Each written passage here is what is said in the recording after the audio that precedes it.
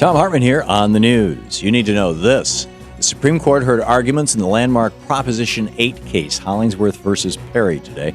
The case concerns California's discriminatory law, which bars same-sex couples from being married in that state. Already, both the California District Court and the Ninth Circuit Court of Appeals have concluded that Prop 8 violates the Equal Protection Clause of the Constitution. However, Dennis Hollingsworth of the anti-gay marriage group ProtectMarriage.com is pressing on with the fight to uphold Prop 8. The law was passed in 2008 by a slim majority of California voters and has been tied up in the courts for years. During that period, a stay has been issued blocking additional same-sex couples in California from marrying. The Supreme Court must consider two questions in today's case: whether the law is unconstitutional and whether the anti-gay group even has the standing, the right, to argue the case. If the justices decide to uphold the lower court's rulings, it would represent a huge victory in the fight for full LGBT equality. There's no telling how this court will rule. Tomorrow, the justices will hear arguments in another landmark equality case, United States v. Windsor, which challenges the constitutionality of the Federal Defense of Marriage Act, DOMA, and rulings on both are expected later this year. Hopefully, the conservative-leaning court will recognize that gay rights are civil rights and that everyone in our nation should have the right to marry the person who they love. In Screwed News, you don't have the right to know you're being poisoned, at least not in Wyoming. Yesterday, County District Judge Catherine Wilking ruled against environmental groups fighting to make public the list of toxic ingredients used in hydraulic fracking fluid. According to Judge Wilking, Wyoming's state oil and gas supervisor was authorized to withhold the information because the list of chemicals is considered a trade secret.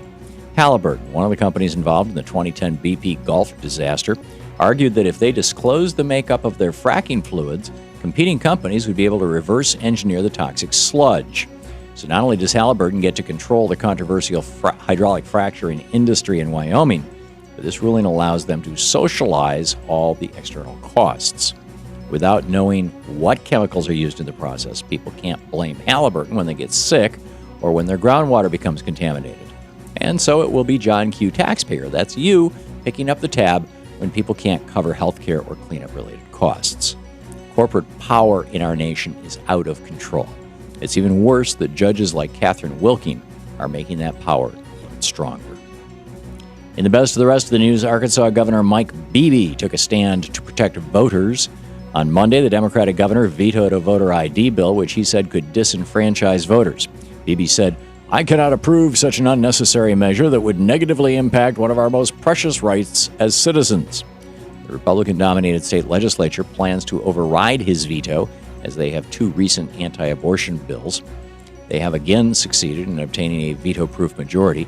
The new law will require county clerks to provide photo IDs to any registered voter who does not currently have one, and it'll cost the state an estimated $300,000. Similar laws are being challenged in other states, and legal battles are expected if Arkansas enacts the measure. Even if state Republicans press on with their efforts to disenfranchise voters, it's great to see that Governor Beebe is fighting to protect the democratic process of voting in his state. Walmart is getting what they pay for. The mega retailer's bottom-of-the-barrel wages are leading to disorganized stores, long lines, and empty shelves, and customers are choosing to shop at other retailers to avoid the chaos.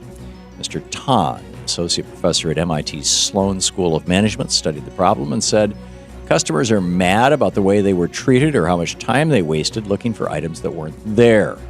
He explained that retailers think wages are an easy cost-cutting target, but the history shows the resulting deterioration of customer satisfaction often leads to a decline in sales growth.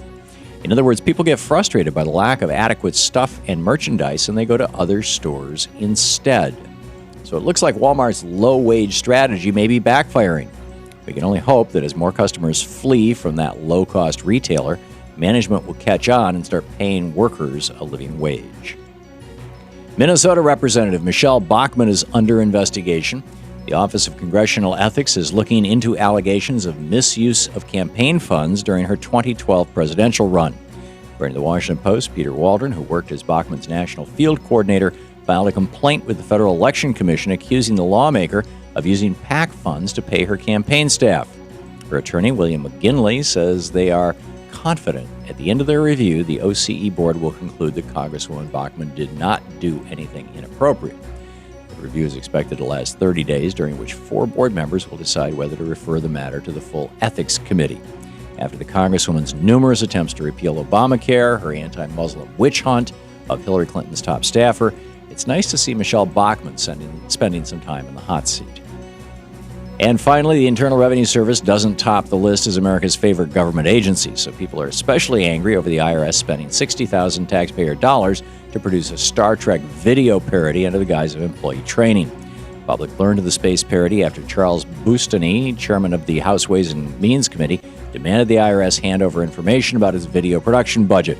The IRS released a statement saying the space parody video from 2010 is not reflective of overall IRS video efforts. That's the way it is today, Tuesday, March 26, 2013. I'm Thom Hartmann on the news.